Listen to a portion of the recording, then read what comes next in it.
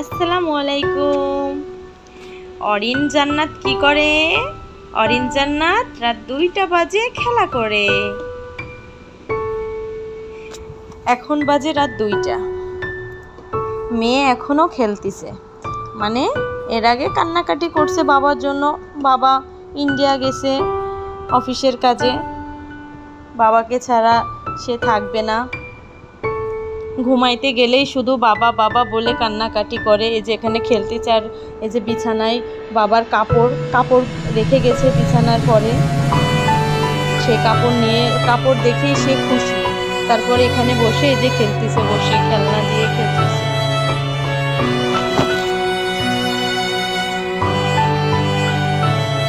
মন খারাপ? মা, তোমার মন খারাপ?